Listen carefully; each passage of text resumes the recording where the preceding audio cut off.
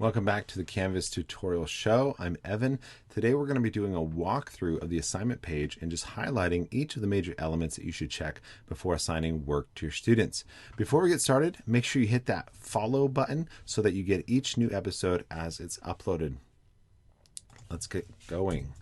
So here I'm just in my Sandbox course. Make sure that you've created your own Sandbox course. If you don't know how, there's a video. It's at the beginning of this series, and it will just walk you through how to create one so that you have a safe place to do your experimentation. We're going to start by creating an assignment. Up here in the upper right corner of the module, you'll see this plus button, and so just click on that. And it opens up this dialog. Notice that if I hit add and it says assignment right here, I can choose other types of tasks as well. But since today we're just going to focus on assignment, so we'll keep it there. And in order for us to actually create it, we need to give it a name. So we're going to click new assignment and then name it. We'll call this one organs of the chest. Since we're doing a unit on anatomy, add item. And that adds our new assignment to our module where we can move it wherever we want it to be for students, but it's still not published. They can't see this and it has no details. So let's go ahead and click into the assignment. The first thing we see is a viewing of what we have already, which is nothing. So for this video, I'm going to give a broad overview of each of the major elements of the assignment page. I'm not going to go into much detail on, for example, the toolbar, but we'll do another video on that another time. So the first thing we want to see is our title box right here, and this just allows us to put in good, distinct, helpful titles to our students. Check with your tech, because depending on if your install of Canvas syncs with an outside gradebook, for example, PowerSchool, there might be limitations on how many characters you can put in the title box. For example, PowerSchool only allows 30, but the title box, you can use this in a very powerful way to grab your students' attention. For example, I tend to put keywords like watch or listen, depending on what kind of activity I want them to do. Next up, we have our toolbar, and this has all the elements that we would need to create our assignment. If you are using the old rich content editor, this will look different. But we put a video early on in the series that will show you how to change to the new rich content editor if that has been allowed by your tech, or if you're using the free for teacher version. Next, we have the actual editing box. This is where we can put in text. And so, for example, directions. And so maybe I'll make that heading 2. And then I'll say, here are your directions, etc., etc. Following this, I have down here another small toolbar. I'm going to walk through this really quickly. This first one is a keyboard shortcuts. And so learning keyboard shortcuts will make your workflow a lot faster. So this just allows you to open up different parts of the editor. So take a look at those. Next is the accessibility button, and we'll do a whole video on how to use the accessibility checker at another time. But basically, this makes sure that those that are, for example, visually impaired can still access our material. Really great feature. Tells us how many words are in our editor. This button right here is a very helpful button, because this opens up the code version or the HTML version of our editor. Now, Canvas doesn't allow pure HTML. For example, I can't put a style sheet or anything else like there, but it does allow some HTML. And so if I wanted to, for example, embed an iframe or some sort of simulation from another page, I can do that here just by clicking here and pasting it in. I'm going to go ahead and go back to the normal editor. Okay. Notice that I can come in here and let's say change this from H2. Get over there a little bit. H2, and I'll change it to H3 tags. Okay. And I go back to editor, and it changed it. Okay, so that's just how that works. This last button in this bottom toolbar will allow you to resize the editor. So if you are needing some more space, resize that. That's very helpful. Coming underneath, you see on the left here, it actually tells you what the HTML tag is of the text that you have clicked on or highlighted. Okay, so right here, this is a paragraph tag. This is an H3 tag. Okay. Keep going. Here we have the points that we can assign for a particular assignment. So I'm going to say 20 points. Why not? After that, we have the assignment groups. Now, this may just say assignment, and the reason is that you need to actually create weightings for your assignments. We created a video for that. Now, if you're using different gradebook systems, for example, PowerSchool, there may be a specific process that you need to go through in creating weightings. For example, maybe you create the weights first in Canvas and then it syncs out to your gradebook, but it might be the reverse, where you need to create the weighted assignments inside your gradebook software and then it imports it into Canvas. Again, check with your tech to see what you guys do so that you get that right. But you could choose the different weight, summative assessment for me, formative assessment. These are some weights that I've chosen. Okay. Next, we can actually look at how we want this assignment to be graded. So, for example, are we using points? Are we using a percentage? Okay. Is it complete or incomplete? Just did you do it? A letter grade, we can actually input a letter grade. I click on that and it allows me to pull up the grading scheme. So let's click there. And this is just the standard grading scheme. Okay. You can change this by going into settings and you can add in your own grading scheme. If you, for example, maybe you don't use plus or minuses, maybe your percentages are different. Okay. But by using this, I can actually click a particular letter. Hey, A+, he's doing great. Notice that, well, we'll come into that in a minute. Next, we have the GPA scale. Okay. Click on here. And it actually gives you a breakdown of what the GPA scale is. And finally, we can actually decide that it's not graded and notice that everything underneath it disappeared. Okay? And so sometimes we might just want it to have the form and function of an assignment, but we don't want it to be graded, that we do want them to still have a due date, so it's not exactly like a page. I'm going to go ahead and just say points. I'm a points guy. Now notice right here at the, underneath it says, do not count this assignment towards the final grade. So again, I might want to have an assignment. I might even want to grade it, give them feedback that they do submit something, but I don't want it to count towards the final grade. So again, the difference there is that if I hit not graded, they don't submit anything. But if I do want them to submit something, but I don't want it to count, then I can click there. Next, we have our submission types, and there are multiple different ways of submitting an assignment. The big one is online. This is going to be directly inside of Canvas, and here we have the option of a text entry. This will put an editor, just like our editor above here, for them to type their answer in directly. Website URL, media recordings. Here they can upload. They can do a video, just like we might if we wanted to record a video inside the editor, and that's up here. If you click on the media editor, you can click record media, and right here it says record, and now you get two of me. Hi.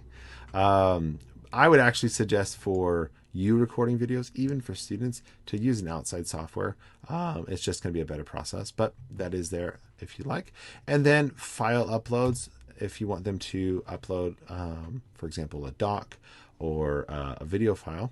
And the cool thing about that is that if you're really concerned that they're going to use file types that you don't want, you can hit restrict upload file types. And here you would just put a list. Go back. There we go. You would just put a list of the different file types that you want, and you would just separate them by a comma. So for example, I would allow a doc or a docx. I would allow an XLS. I will allow a text file. I'll allow an MPG file, whatever. Unless you actually have students that are doing that often, where they're uploading a bunch of file types that you don't want them to do, or they're just really confused, or you haven't given that direction of, hey, use a Google Doc or whatever, I would, wow, there you go. I would not suggest that you click that. Just keep it at file uploads. It'll make your life a lot easier. Now, when I go ahead and publish this, this is going to show each one of these as a tab, and I'll go ahead and do that just so you can see it. Save and publish. And I need to go in. Oh, I need to go in as a student real fast. So let's go. I'm just going to open up settings and student view.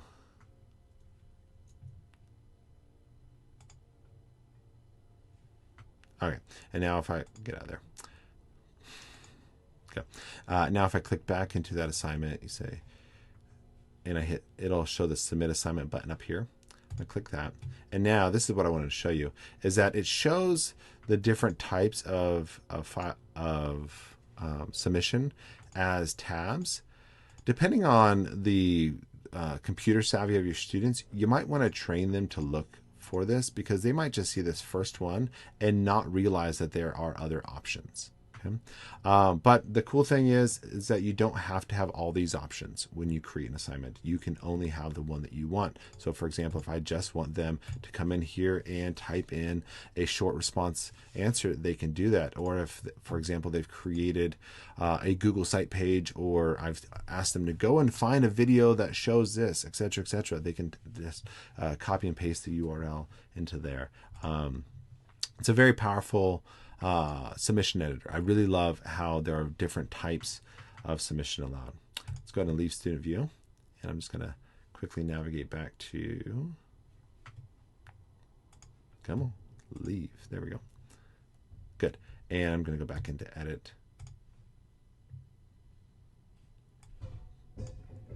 And so coming back down here, so again, I can choose whatever submission I want. Clicking back here on the submission type, I could choose that it's on paper. So this is just an in-class assignment. The nice thing about that is that it allows me to put directions and really control all of my class inside of Canvas, but I don't have to have it submitted online. I can have no submission, that they don't actually submit anything. And the last one is external tool. Now this would be a tool that is already installed, or is a website that I want them to use. So for example, a Quizlet deck. If I'm using Google Docs, I can click here, and if I have it installed, it'll allow me to choose a Google Doc. I'll do another video on how to use external tools. Okay.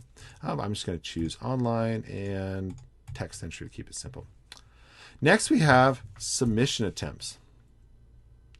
Okay, and so this right here allows us to decide how many times we want them to submit. Can they submit and resubmit as many times as we want, or do we want to limit them to a specific number of attempts? So for example, you can submit it twice or 3 times, however many you want. I'm gonna say unlimited. Good. Is this a group assignment? We'll go over the different how to set up groups in another video. But nope, this isn't a group assignment. Do I want other students to review their work, and how do I go about that? There's that.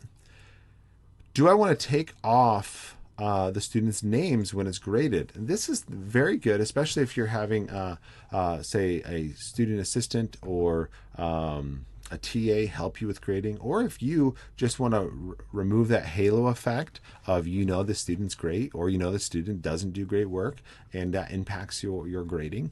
And so by taking off the student name, you can view it with fresher or better eyes, I suppose. Though let's be honest, we know our students' work, so we can usually tell that, oh, this is Tim, and I know his work, even if it's not in his handwriting. But this is a good feature. Finally, here at the bottom, we have the ability to date it and assign it. Now, most often you're just going to assign an assignment to everybody in your course, but perhaps you don't. Maybe you just want to assign it to a particular section of your course. For example, if you have a course and you're teaching it to 2 different classes, let's say an A class and a B class, you might create a course that has 2 sections, and you only want to assign this to section A. Boom, you can do that. Maybe you're creating an assignment for one particular student because it is a differentiated assignment. You can go in and choose their name. I don't have any students or fake students in this sandbox, so I can't show you, but you can actually choose their name and just assign it to that student. But we'll go ahead and assign it to everybody. We are going to say when it's due. Now this is so important. Choose when it's due, because if you don't put it when it's due, it's not going to show up in their to-do list. It's not going to show up on calendar.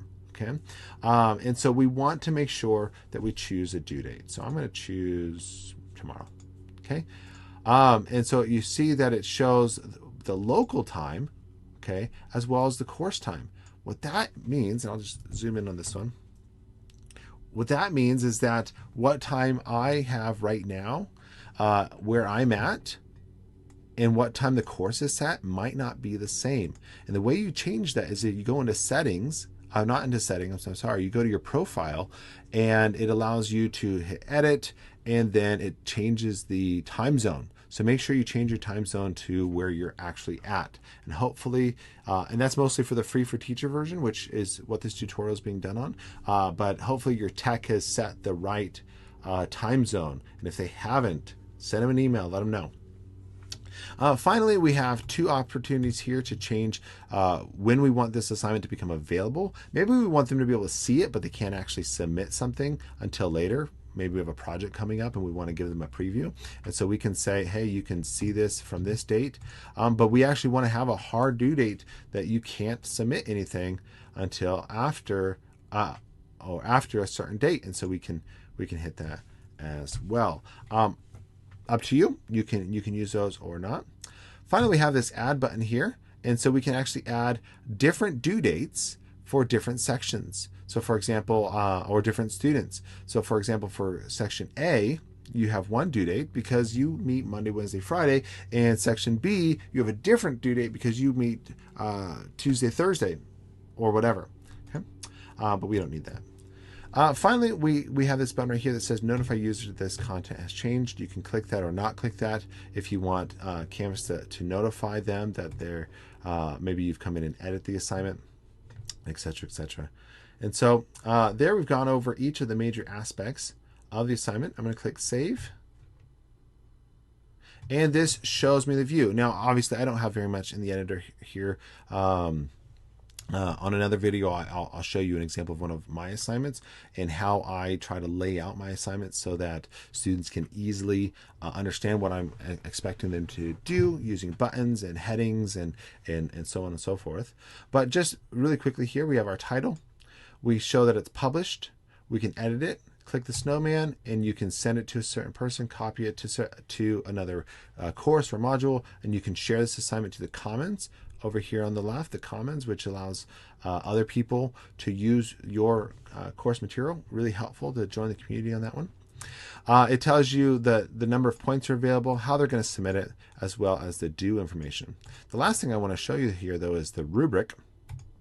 And a rubric allows you to actually grade it using a rubric. And you can set these up by going to Outcomes previous to doing assignments. So if you use a consistent rubric, that would be a very good thing to do. Or you can create an ad hoc rubric as you go.